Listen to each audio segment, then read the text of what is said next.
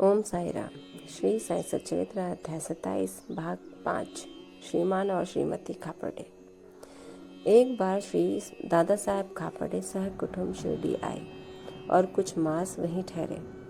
उनके ठहरने के नित्य कार्यक्रम का वर्णन भी श्री साई लीला पत्रिका के प्रथम भाग में प्रकाशित हुआ है। दादा कोई सामान्य व्यक्ति न थे।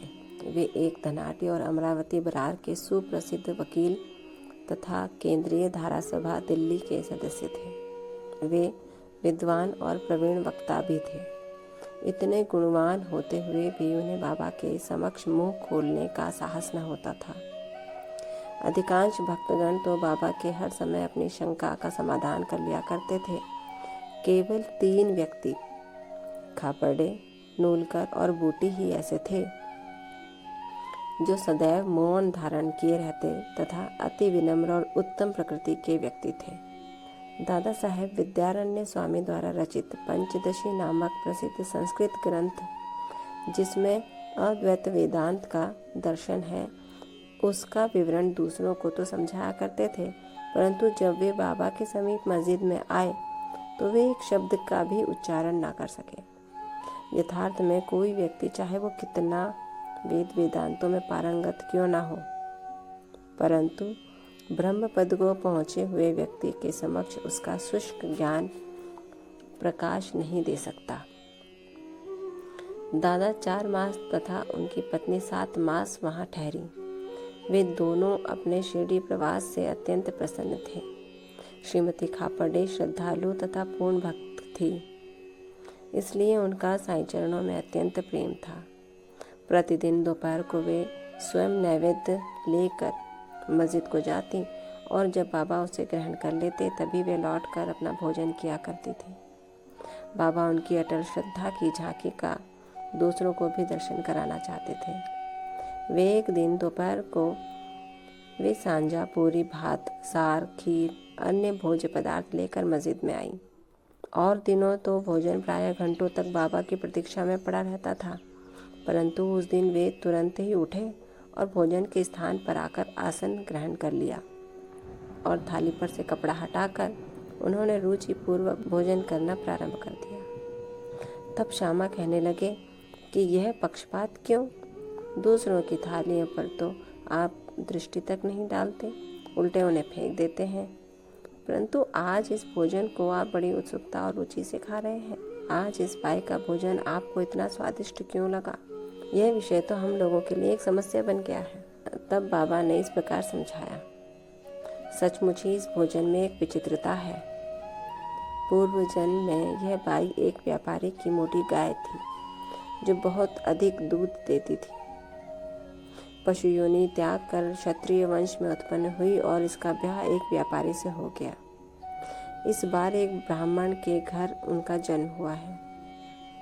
दीर्घ काल के पश्चात इनसे भेंट हुई है, इसलिए उनकी थाली में से प्रेम पूर्वक 4 ग्रास तो खा लेने दो। ऐसा कहकर बाबा ने भरपेट भोजन किया और फिर हाथ मुंह धोकर और तृप्ति की 4-5 डकारे लेकर वे अपने आसन पर पुनः विराजे। फिर श्रीमती खापर ने बाबा को नमन किया और उनके पाद सेवन करने लगी। बाबा उनसे वार्तालाप करने लगे और साथ साथ उनके हाथ भी दबाने लगे। इस प्रकार परस्पर सेवा करते हुए देख श्यामा मुस्कुराने लगा और बोला कि देखो तो, ये एक अद्भुत दृश्य है कि भगवान और भक्त एक दूसरे की सेवा कर रहे हैं। उनकी सच्ची लगन देखकर बाबा अत्यंत कोमल और मृदु शब्दों में अपने श्रीमुख से कहने लगे कि अब सदैव राजा राम का जाप किया करो, और यदि तुमने इसका अभ्यास क्रमबद्ध कर लिया तो तुम्हें अपने जीवन के ध्येय की प्राप्ति अवश्य हो जाएगी। तुम्हें पूर्ण शांति प्राप्त होकर अत्यधिक लाभ होगा। आध्यात्मिक विषयों से अपरिचित व्यक्तियों के लिए यह घटना साधारण सी प्रतीत होगी, परंतु शास्त्रीय भाषा में यह शक्तिपात के नाम से विदित है, अर्थात गुरु द्वारा शिष्य में शक्ति संचार करना। बाबा के वे शब्द कितने शक्तिशाली और प्रभावकारी थे जो एक क्षण में ही हृदय कमल में प्रवेश कर गए और वहां अंकुरित हो उठे। यह घटना गुरु शिष्य संबंध के आदर्श की द्योतक है। गुरु शिष्य दोनों को एक दूसरे को अभिन्न जानकर प्रेम और सेवा करनी चाहिए, क्योंकि उन दोनों में कोई भेद नहीं है। वे दोनों अभिन्न और एक ही हैं, जो कभी पृथक नहीं हो सकते। शिष्य गुरुदेव के चरणों पर मस्तक रख रहा है, यह तो केवल बाह्य दृश्य मात्र है। आंतरिक दृष्टि से दोनों अभिन्न और एक ही हैं, तथा जो उनमें भेद समझता है वो अभी अपरिपक्व और अपूर्ण ही है। ओम साई राम। श्री सद्गुरु साईनाथार्पणमस्तु। शुभम भवतु।